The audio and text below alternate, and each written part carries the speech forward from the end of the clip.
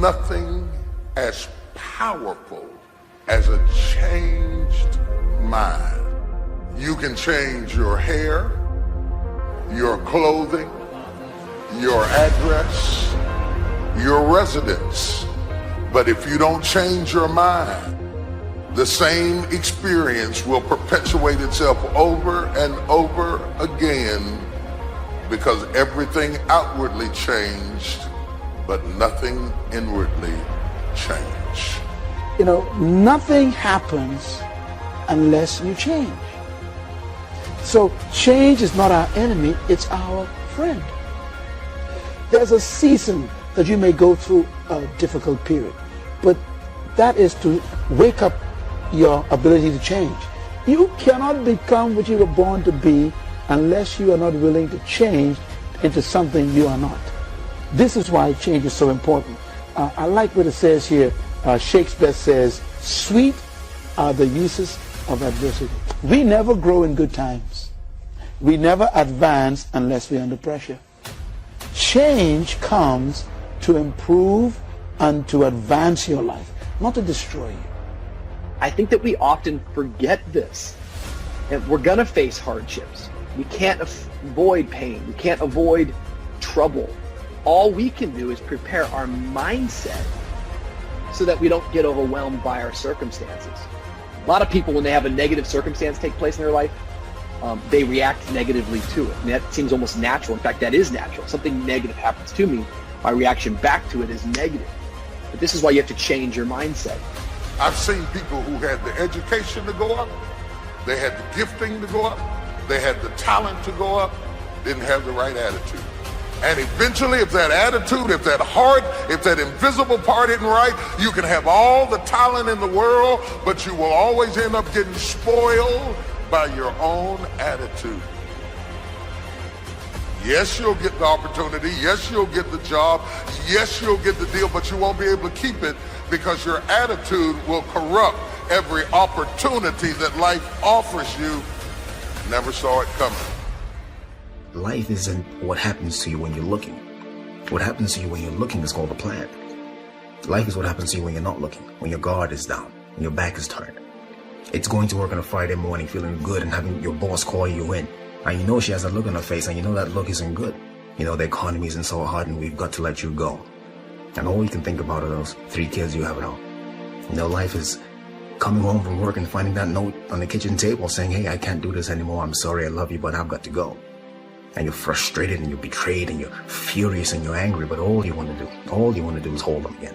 All you want to do is hear those words whispered in your ear, I love you again. No, that's life. How do you handle that? How do you deal with that, those sort of situations? You see, it's been said 100 times and I'll say it again. You've got to go through it. That's all it is. You've got to go through it. And going through it is not a function of just being courageous. It's not a function of just saying, well, I'm going to close my eyes and see what happens next. It's not that. It's really a function of 3 things. It's a beginning, it's a middle, and an end. And before you go through it, there's a choice. You make a choice to say, well, I'm either going to stay here or I'm going to be over there someday, somehow. It's a choice. So going through it and thinking about these 3 steps, beginning, middle, and end, you know, you can really save yourself a lot of trouble and you can discover something more about yourself. It's called life and it's not personal. Stuff's going to happen. And if you make it to the 40-yard line, if you can make it to age 40, between 40 and 60, it begins to intensify. All kind of things happen. Between 40 and 60, my mother was diagnosed with breast cancer and finally died. Between 40 and 60, I was diagnosed with prostate cancer. Between 40 and 60, I went through a divorce from someone that I loved very much. Between 40 and 60, had a nationally syndicated talk show, highest rated, fastest canceled talk show in the history of television. Between 40 and 60, oh, life put a whooping on me. It ain't personal. It's called life. You know, I was homeless, man. I mean, you know, you're in a position where you're going, I got nowhere to go except up. I might as well keep hustling. I was in comedy. I just wasn't making nothing. All the money I was making, I was sending back home to my wife and kids. That didn't last long. She got tired of that real fast. But I couldn't go back to Cleveland because I wouldn't have enough money to drive back down south to perform. One time I drove to the house in Cleveland. I finally got enough money. I drove to the house in Cleveland and everybody was gone. I didn't see my kids for almost 2 years. They just left, boarded up the house. So next thing you know, I'm in the car. I lived there, but it taught me determination, man. I'm a really, really determined person. It also taught me that no matter what happens to you, it ain't over. I was determined to be something. As long as God wakes you up, that means he ain't through with you yet. There is nothing as powerful as a changed mind. The only way off of welfare is to change your default settings. The only way to get a good education is to change your default settings. As long as you're programmed with what you can't do and what you can't be and what you can't have, you will never get up. But I dare you to go into your phone booth like Clark Kent and spin around and come out Superman and say, wait a minute, I'm better than this. I'm getting ready to change my default setting. I will not let you abuse me. I will not stay. There is nothing as powerful as a changed mind. So, the first thing you have to think about when you're going through something is very simple. It's, I'm not where I want to be, but I know I can get there. I have faith that I'm going to get where I want to be. So yeah, go through the grieving process. Grieve. Accept that. Say yes to that. You know, one day you look up and, you know, you're still in pain, you're still hurting, but you realize that, hey, it's not as bad as it was. It doesn't hurt as much as it did. And I'm going forward, I'm moving forward.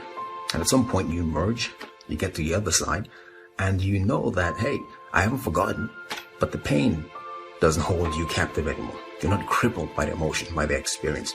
You're not living out of the past, out of your experiences of pain and defeat and betrayal. You're not living out of all that stuff. You're living in a new perspective.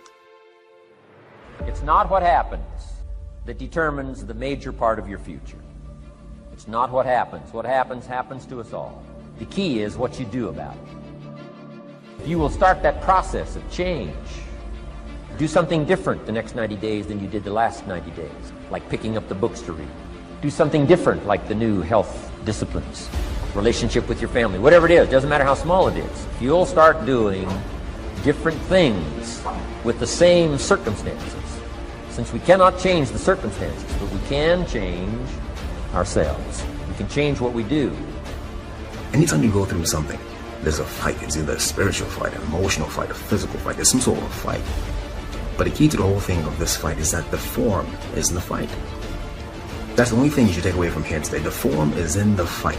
What does that mean? It means that you don't get to become this interesting, dynamic, creative, courageous woman, amazing man, without going through something. Right? That's what the form is. The people who are form are the people who you see them and they stand out to you. Because you know there's something about them. They figured something out about life. They're attractive to you. They're interesting to you. These people have form because they've gone through something. You know, so don't run away from the fight. Meaning, go through it. Don't be afraid to go through it. Get through it, because at the end of getting through it, I guarantee you there's at least one thing you discover about yourself. You discover that there's a version of you haven't discovered yet. You don't even know exists yet. It's not that you might not mess up and do what you used to do. It's just that it's no longer your normal. And when it's no longer your normal, you will never go back to it like it used to have you. Because the moment you get out of the situation, you change back into who you're supposed to be. Y'all don't hear what I'm saying to you. Both the pig and the sheep can fall into the same mud, but the difference is in the default. The pig is defaulted to lack the mud. The sheep has a default that says, I don't belong in this mess. I might be in this mess, but I don't belong. I don't have to tell you things are bad. Everybody knows things are bad. It's a depression. Everybody's out of work or scared of losing their job. The dollar buys a nickel's worth. We know the air is unfit to breathe and our food is unfit to eat. We sit watching our TVs while some local newscaster tells us that today we had 15 homicides and 63 violent crimes, as if that's the way it's supposed to be. We know things are bad, worse than bad. I don't want you to protest. I don't want you to riot. I don't want you to write to your congressman because I wouldn't know what to tell you to write. I don't know what to do about the depression and the inflations and the crime in the street. All I know is that first, you've got to say, I'm a human being. God damn it. My life has value.